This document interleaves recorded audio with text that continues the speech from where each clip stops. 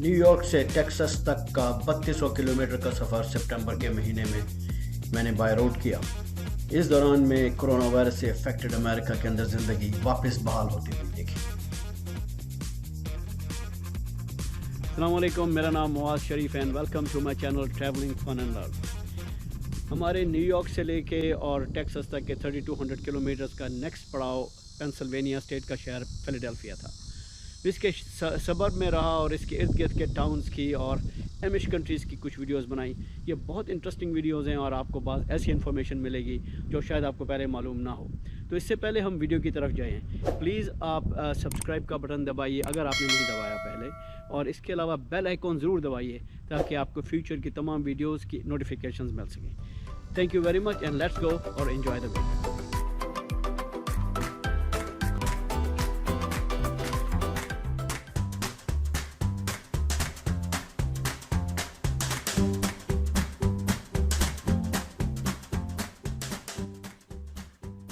इस वक्त मैं फिलाडेल्फिया के सबर्ब में पेडलर्स विलेज के इलाके के अंदर हूँ। पेडलर्स विलेज एक इंतहाई खूबसूरत एरिया है। इसके अंदर बहुत हसीन छोटी छोटी बुटीक शॉप्स हैं जिसमें तरह तरह की चीज़ें मिलती हैं। इसके अलावा कपड़े और बुटीक टाइप सामान भी अवेलेबल है।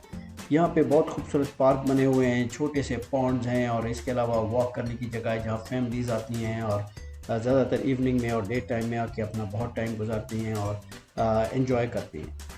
लेकिन इस वक्त आपको बहुत ज़्यादा लोग यहाँ पे नज़र नहीं आएंगे क्योंकि अभी भी कोरोना वायरस का असर ख़त्म नहीं हुआ, कम ज़रूर हुआ है। पेंसिल्वेनिया ओवरऑल एक बहुत खूबसूरत स्टेट है जो कि कुदरती खूबसूरती से माला माल है। इसका रकबा 44,000 मुरब्बा मील है जो कि गालिबन हमारे सूबा सिंध के बराबर है, मगर इसकी कुल आबादी सिर्फ लाहौर के बराबर है, यानी कि 1,20,25 लाख के करीब। अमेरिका के अंदर जनरली आबादी कम है लेकिन इलाका उनके पास बहुत है। वो पाकिस्तान से 10 गुना बड़ा एरिया है और आबादी उनके पाकिस्तान से सिर्फ 1.5 गुना ज़्यादा है। तो इस तरीके से आप अंदाज़ा कर सकते हैं कि किस कदर नेचर और खूबसूरती यहाँ पे मौजूद है।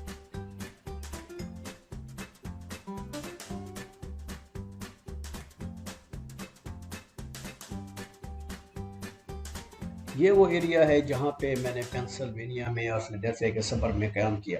बहुत खूबसूरत और पीसफुल नेबरहुड है ये। फिलाडेल्फिया के सबर्ब में है, वॉरिंगटन का ओवरऑल एरिया है।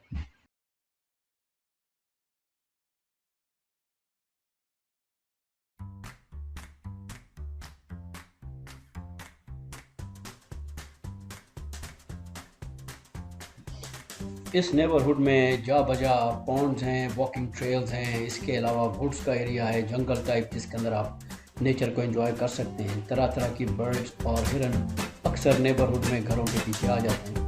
Let's go and enjoy the scene and I will talk to you later on. कुछ देर के बाद आपको मज़ीद इन्फॉर्मेशन।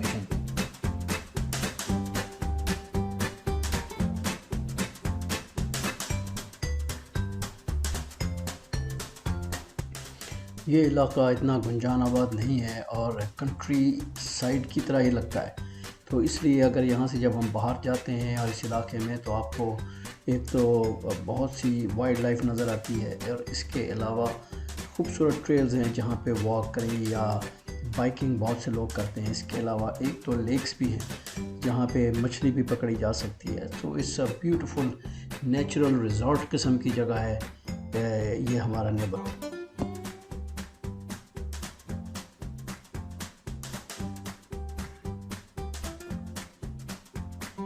ये हमारे नेबरहुड में आने वाले हिरन और बारहसिंगों की एक ड्रोन फुटेज है जो घर के बैक हिस्से में इस जो पीछे वुड्स का इलाका है यहाँ से आ जाते हैं, मगर ये ड्रोन से इतने खुश नहीं हैं। ड्रोन को देख के काफ़ी घबराते हैं और भाग जाते हैं। और आप देखिए ये छालें मारते हुए ये निकल के वापस जंगल में चले गए। ये आज सुबह का टाइम था और ये सुबह सुबह का व्यू है।